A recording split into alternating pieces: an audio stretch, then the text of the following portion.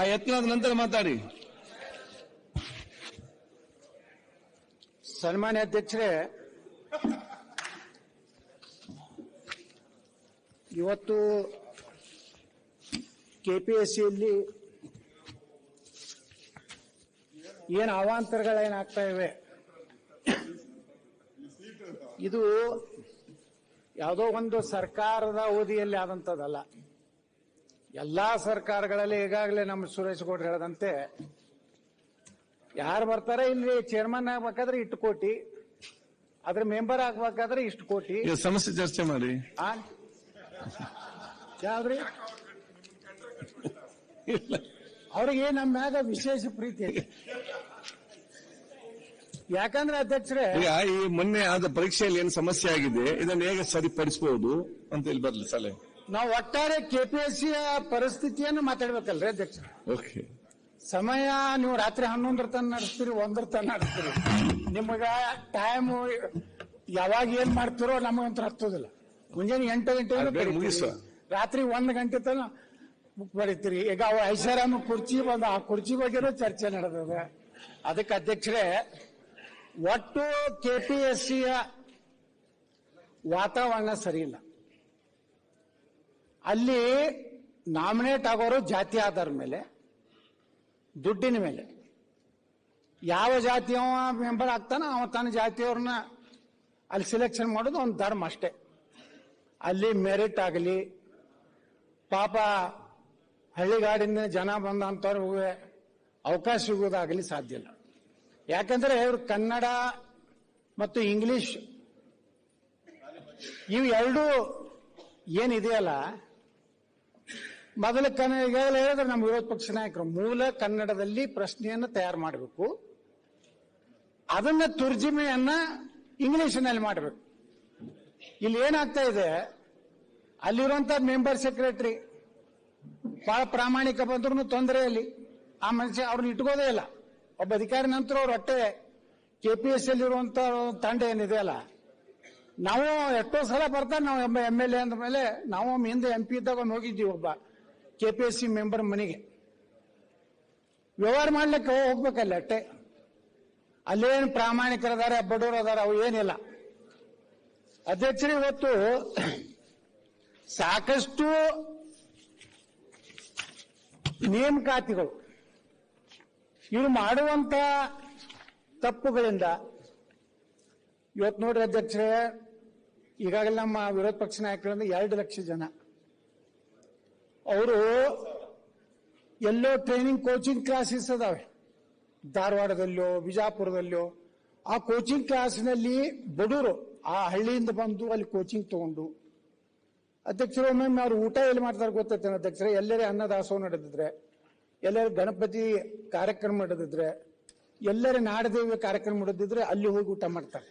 1000-2000 ಜನ ಒಂದೊಂದು. ಈ ಶ್ರಾವಣ ಮಾಸದಲ್ಲಿ ನಮ್ಮ ಕಡೆ ಎಲ್ಲ ಡೈಲಿ ಅನ್ನಪ್ರಸಾದ ಇರ್ತದೆ, ಅಲ್ಲಿ ಹೋದ್ರೆ ಸಾವಿರಾರು ಹುಡುಗರು ಬರ್ತಾರೆ. ಅಂದ್ರೆ ಅಷ್ಟು ಬಡತನದಿಂದ ಹಗಲು ರಾತ್ರಿ ಕಣ್ಣಿಗೆ ಎಣ್ಣೆ ಹಾಕೊಂಡು ಅಧ್ಯಯನ ಮಾಡಿದ್ಮೇಲೆ ಅವರಿಗೆ ನ್ಯಾಯ ಸಿಗಲಾರ್ದನೆ ವ್ಯವಸ್ಥಿತವಾಗಿ ಕರ್ನಾಟಕದಲ್ಲಿರುವಂತಹ ನಮ್ಮ ಪ್ರತಿಭೆಗಳನ್ನ ಇವತ್ತು ನೇಮಕಾತಿಯಲ್ಲಿ ಆಗ್ತಾ ಇಲ್ಲ. ಇದೊಂದು ಹೆಂಗ ನಮ್ಮ ಸಿದ್ದರಾಮಯ್ಯನವ್ರು ಮಾಡ್ಯಾರಲ್ಲ, ತಾಳಿ ಭಾಗ್ಯ ಅಂತ ಇದೆ, ತಾಳಿ ಭಾಗ್ಯ ಕಾರ್ಯಕ್ರಮ ಇದ್ದಂಗಿದೆ. ಆ ವರನ್ನ ಕಾಂಟ್ಯಾಕ್ಟ್ ತಗೋತಾರೆ, ನೀನು KS ಅಧಿಕಾರಿನ ಮಾಡ್ತೀವಿ, ನನ್ನ ಮಗಳನ್ನ ಆಗ್ಬೇಕು. ಅವ್ರ ಅಧಿಕಾರಿ ಮಗಳರಿರ್ಬೋದು, ರಾಜಕಾರಣಿ ಮಗಳರಿರ್ಬೋದು, ಅವರು ಇಲ್ಲೆಲ್ಲ ಈಗ ಹೇಳಿದ್ರಲ್ಲ ರೇಟ್ ಏನೇನಿದೆ ಅಂತೇಳಿ. ಇದೇನಾದ್ರು ನೋಡಿ ಅಧ್ಯಕ್ಷರೇ, ಇವತ್ತು ನಾವು ಕಾಂಗ್ರೆಸ್ BJP ಅಂತಲ್ಲ, ನಮ್ಮ ಪಕ್ಷದಾಗಿದ್ದಾಗೂ ಆಗೈತೆ. ಇವೇನು ಸ್ವಾಯತ್ತ ನೀವು ಸಂಸ್ಥೆ ಇರ್ತಿರಲ್ಲ, ಇಲ್ಲಿ ನೇಮಕಾತಿ ಆಗೋದೇ ದುಡ್ಡದ ಮೇಲೆ. ಅದು ಪೊಲ್ಯೂಷನ್ ಬೋರ್ಡ್ ಇರ್ಬೋದು, KPSC ಇರ್ಬೋದು, ಮತ್ತವ್ರ ದುಡ್ಡು ಕೊಟ್ಟು ಬಂದ್ಮೇಲೆ ಅವರು ಅಲ್ಲಿ ಹಣ ಸಂಪಾದನೆ ಮಾಡ್ಬೇಕಲ್ಲ. ಈ ರೀತಿ ಉದ್ದೇಶಪೂರ್ವಕವಾಗಿ ಮತ್ತವ್ರು ಯಾರ್ದು ಕಂಟ್ರೋಲ್ ಇಲ್ಲ ಅಂತ ಹೇಳ್ತೀರಿ. ಅವ್ರ ನಿಯಂತ್ರಣ ಮಾಡುವಂತಹದನ್ನ ಅಧಿಕಾರಿ ಇಟ್ಕೋಬೇಕಲ್ಲ ಸರ್ಕಾರ. ಈಗ ನಾವು ಸುಪ್ರೀಂ ಕೋರ್ಟ್ ಬಗ್ಗೆ ಕಾವೇರಿ ವಿಚಾರದಲ್ಲಿ ನಾನೇ ವಿಧಾನ ಪರಿಷತ್ನಲ್ಲಿ ಮಾತಾಡಿದೆ. ಸುಪ್ರೀಂ ಕೋರ್ಟ್ ಏನ್ ಬೇಕಾದ್ರೂ ತೀರ್ಪು ಕೊಟ್ಟರೆ ಕನ್ನಡ ನೀರು ಬಿಡು ಅಂತ ಹೇಳ್ಬಿಟ್ರೆ, ಅದನ್ನಂತವು ಚರ್ಚೆ ನಾವು ಮಾಡಿದಾಗ KPSC ಬಗ್ಗೆ ಇದೊಂದು ಯಾವುದೇ ಪಕ್ಷದ ಯಾವುದೇ ಸರ್ಕಾರದ ಅಧೀನದಲ್ಲಿ ಇಲ್ಲ ಅಂದಮೇಲೆ ಅದರ ನಿಯಂತ್ರಣ ಮಾಡುವ ಅಧಿಕಾರ ನಮ್ಮ ಈ ಒಂದು ಸದನಕ್ಕಿದೆ. ಇಷ್ಟೆಲ್ಲ ಅವಾಂತರ ಆದ್ರೂ ಸಹ, ಇಷ್ಟೆಲ್ಲ ಹಗರಣಗಳು ಇವತ್ತು ಕೆಪಿಎಸ್ಸಿ ಸಾಕಷ್ಟು ಮಾಧ್ಯಮಗಳಂತರೂ ನಿರಂತರವಾಗಿ ಇವತ್ತು ಇಲ್ಲಿ ನಡೀತಿರುವಂತಹ ಭ್ರಷ್ಟಾಚಾರದ ಬಗ್ಗೆ, ಅವ್ರು ಮಾಡ್ತಿರುವಂತಹ ತಪ್ಪುಗಳ ಬಗ್ಗೆ, ಆದರೂ ಮುಖ್ಯಮಂತ್ರಿಗಳು ಸಹ ಮಧ್ಯಸ್ಥಿಕೆ ವಹಿಸಿದ್ರು ಸಹ ಅವರು ಯಾರಿಗೂ ಕೇರ್ ಮಾಡದೇ ಇರುವಂತ. ಇವತ್ತು ನೀವು ನಾವೊಬ್ಬ MLA ಆಗಿ ಕೆಪಿಎಸ್ಸಿಗೆ ಹೋದ್ರೆ ಸುಪ್ರೀಂ ಕೋರ್ಟ್ ಹೈಕೋರ್ಟ್ ನಲ್ಲಿ ಈಸಿಯಾಗಿ ಒಳಗೆ ಹೋಗ್ಬೋದು. ಅಲ್ಲಿ ಈಸಿಯಾಗಿ ಬಿಡುವುದಿಲ್ಲ ಅಧ್ಯಕ್ಷರು MLAಗಳಿಗೆ. ಅವ್ರ ಚೇರ್ಮನ್ರು ಮೀಟಿಂಗ್ ಮಾಡ್ತಾ ಇದ್ದಾರೆ. MLA ಹೋದ್ರೂ ಬರುದಿಲ್ಲ. ಆ ವ್ಯವಸ್ಥೆನೇ ಬೇರೆ ಇದೆ. ಅದೊಂದು ಏನಾಗ್ಬಿಟ್ಟಿದೆ ಅಂದ್ರೆ ಕೆಪಿಎಸ್ ಅಂತ ಬ್ರಹ್ಮಾಂಡ ಭ್ರಷ್ಟಾಚಾರ. ಇವತ್ತು ಇದು ತಡೆ ಹಿಡಿಬೇಕು. ಪ್ರಾಮಾಣಿಕ ಯಾವ ರೀತಿ ಇವತ್ತು ನಾವು ಶಿಕ್ಷಕರನ್ನು, ನಾವು ಗೋವಿಂದಗೌಡರಿದ್ದಾಗ, ಈ ರಾಜ್ಯದ ಶಿಕ್ಷಣ ಮಂತ್ರಿಗಳಿದ್ದಾಗ ಇವತ್ತು ಗೋವಿಂದಗೌಡರನ್ನ ಎಲ್ಲಾ ಶಿಕ್ಷಕರು ನೆನಪು ಮಾಡ್ಕೋತಾರೆ. ಯಾಕಂದ್ರೆ ಇಡೀ ಶಿಕ್ಷಕರ ನೇಮಕಾತಿಯನ್ನು ಪಾರದರ್ಶಕವಾಗಿ ಮಾಡೋದು. ಇವತ್ತು PSI ಹಗರಣ ಏನಾಯ್ತು? ಮುಚ್ಚಿ ಹಾಕಿಬಿಟ್ರಲ್ಲ. ಯಾವನೊಬ್ಬ ಏನು ADGP ಅವನು ಒಯ್ದು ಹಾಕಿದ್ರಿ, ಬಿಟ್ರಿ ಬೇಲ್ ಮ್ಯಾಗ. ಯಾರ್ಯಾರು ಅದರ ಆರೋಪ ತಿಳಿದ್ರಿ ಎಲ್ಲಾನು ಬಿಟ್ರಿ. ಅಂದ್ರೆ ಎಲ್ಲಿ ಅದೇ ಕೋರ್ಟ್ಗೆ ನೀವು ಸರಿಯಾಗಿ ಸಮರ್ಪಕವಾಗಿ ನೀವು ದಾಖಲೆ ಕೊಡುದಿಲ್ಲ. ವ್ಯವಸ್ಥಿತವಾಗಿ ಅಲ್ಲಿ ನಮ್ಮ ಸರ್ಕಾರದ ಪರವಾಗಿ ವಾದ ಮಾಡೋರು ಸಹಿತ ಸರಿಯಾಗಿ ಮಾಡದೇ ಇರೋದ್ರಿಂದ ಅವರ ಈಗ ಮತ್ತೆ ರಾಜಾರಾವ್ ಶಿವಗೆ ಅಡ್ಡಾಡ್ತಾ ಇದ್ದಾರೆ. ಮತ್ತೆ ಅವ್ರು ನಮ್ಮ ಮಗಳು ಬಂದು ಫೋಟೋ ತಕ್ಕೋತಾ ಇದ್ದಾರೆ. ಈ ರೀತಿ ಅಧ್ಯಕ್ಷರೇ ಏನು ಮಾಡಿದ್ರು ಸಹ ಇವತ್ತು ನಾವೇನಿವತ್ತು ಕೆಪಿಎಸ್ಸಿಯ ಪರಿಸ್ಥಿತಿಯನ್ನು ನೋಡ್ತಾ ಇದ್ದೀವಿ. ಇದು ಯಾರಾದ್ರೂ ಕೇಳಬೇಕಲ್ಲ. ನಮ್ಮ ಸರ್ಕಾರ ಬಡವರ ಪರವಾಗಿ, ನಮ್ಮ ಸರ್ಕಾರ ದೀನ ದಲಿತರ ಪರವಾಗಿ ಎಲ್ಲರೂ ಘೋಷಣೆ ಕೊಡ್ತೀವಿ. ಆದ್ರೆ ಅಲ್ಲಿ ನಡೀತಿರುವಂತಹ ಅವಾಂತರಗಳ ಬಗ್ಗೆ ಸದನದಲ್ಲಿ ನನಗನ್ನಿಸ್ತದೆ ಅಶೋಕ್ ಅವರು ಮೊದಲೇ ಸಲ ಕೆಪಿಎಸ್ಸಿ ಬಗ್ಗೆ ಚರ್ಚೆ ಆಗ್ತಿರ್ಬೇಕಿಲ್ಲ. ಇನ್ನೊಂದು ಯಾವತ್ತಾಗಿಲ್ಲ. ಇನ್ನೊಂದು ದೊಡ್ಡ ಬ್ರಹ್ಮಾಂಡ ಭ್ರಷ್ಟಾಚಾರ ಇದೆ, ಪೊಲ್ಯೂಷನ್ ಬೋರ್ಡ್ ಅಂತೇಳಿ. ಅಲ್ಲಿನೂ ಇದೆ. ಏನು ನೇಮಕಾತಿಗಳು ಇವ್ರು ಏನು ಮಾಡ್ತಿರಲ್ಲ ನೀವು. ಹಿಂದನೂ ಆಯ್ತು, ಮುಂದನೂ ಆಯ್ತು. ಈಗ ಬಹಳಷ್ಟು ನಾನು ನಾಳೆ ಹೋಗಿಲ್ಲ. ಯಾಕಂದ್ರೆ ಬಹಳ ಅಶೋಕ್ ಅವರು ಬಹಳ ವಿಸ್ತಾರವಾಗಿ ಮಾತಾಡೋದು. ಯಾವ ರೀತಿ ರಾಷ್ಟ್ರಪತಿ ಅನ್ನೋ ಶಬ್ದವನ್ನ ಯಾವ ರೀತಿ ಕನ್ನಡದಲ್ಲಿ ಅದನ್ನ ಅಮೆರಿಕ ಅಧ್ಯಕ್ಷ ಅನ್ಬೇಕಾಗಿತ್ತು, ರಾಷ್ಟ್ರಪತಿ ಅಂತಾರೆ. ಅಂದ್ರೆ ಅಲ್ಲಿ ಯಾರು ತಿಳಿಯಿದ್ದವ್ರು ಕನ್ನಡ ಇದ್ದವ್ರು ಏನಾರು ಅದಾರೋ ಅಥವಾ ಎಲ್ಲಿ ಅವ್ರಿಗೆ ಏನು ಅರ್ಥ ಆಗಲ್ಲ ಇತ್ತು. ಅದು ಯಾವ ಕನ್ನಡ ಏನೋ ಅದನ್ನು ತಿಳಿಯಲ್ಲ. ನಮ್ಮ ಕನ್ನಡ ಅಂತರಲ್ಲ, ನಿಮ್ಮ ಶುದ್ಧವಾದಂತ ಸುಂದರವಾದಂತ ಕನ್ನಡನೂ ಇಲ್ಲ. ಇದು ಒಂದು ಕನ್ನಡ ಬೇರೆ ಇದೆ ಅಧ್ಯಕ್ಷರೇ. ದಕ್ಷಿಣ ಕನ್ನಡದ ಸುಂದರವಾದ ಕನ್ನಡನೂ ಇಲ್ಲ. ನಮ್ಮ ಉತ್ತರ ಕರ್ನಾಟಕದ ಒಂದು ರೀತಿ ಗಡಸು ಕನ್ನಡನೂ ಇಲ್ಲ. ಇದು ಗೂಗಲ್ ಕನ್ನಡ ಇದೆ. ಇದು ಗೂಗಲ್ ಕನ್ನಡ ಹತ್ರ.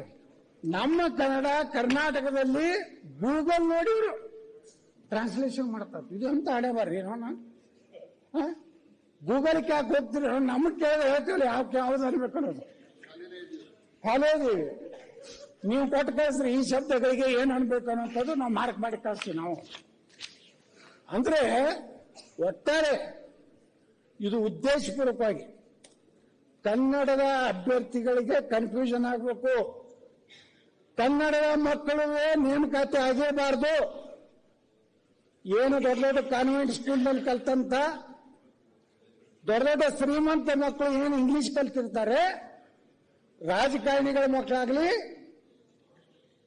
ಅಧಿಕಾರಿಗಳ ಮಕ್ಕಳಾಗಲಿ ಅವರಷ್ಟೇ ನೇಮಕಾತಿ ಆಗುವಂತ ವ್ಯವಸ್ಥಿತವಾದ ಸಂಸ್ಥೆ. ನಾನು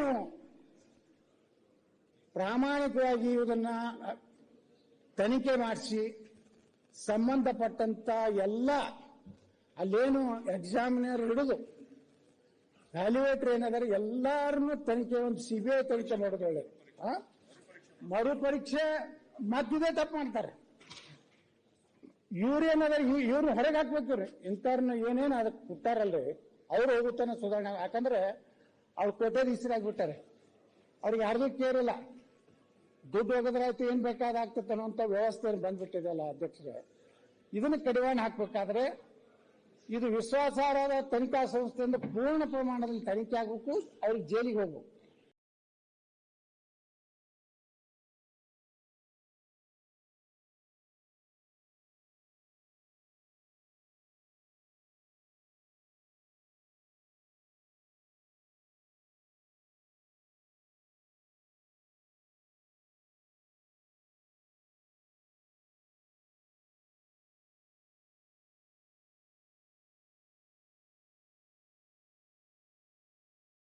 ಪತ್ರಿಕೆ ಬರೆದಿದ್ದರೆ ಪತ್ರಿಕೆಗಳನ್ನೇ ನಾವು ಆಧಾರ ಇಟ್ಕೊಂಡು ಮಾಧ್ಯಮದಲ್ಲಿ ಬಂದಿದ್ದನ್ನೇ ಇವತ್ತೇನೋ ನಮ್ಮ ವಿರೋಧ ಪಕ್ಷ ನಾಯಕರಿಗೆ ಎಲ್ಲ ದಾಖಲೆ ಸಿಗ್ತವೆ, ಸಮರ್ಪಕವಾಗಿ ಸಮರ್ಥವಾಗಿ ಇವತ್ತು ವಿಧಾನಸಭೆಯಲ್ಲಿ ಮಾಡಿದ್ರು. ಅದರ ನಂತರ ಎಲ್ಲ ಪಕ್ಷದವರು ಸಹಮತ ಇದೆ. ಒಟ್ಟಾರೆ ಈ ಒಂದು ಹಗರಣ ಏನಾಗ್ತಾ ಇದೆ ಕೆಪಿಎಸ್ಸಿಯಲ್ಲಿ,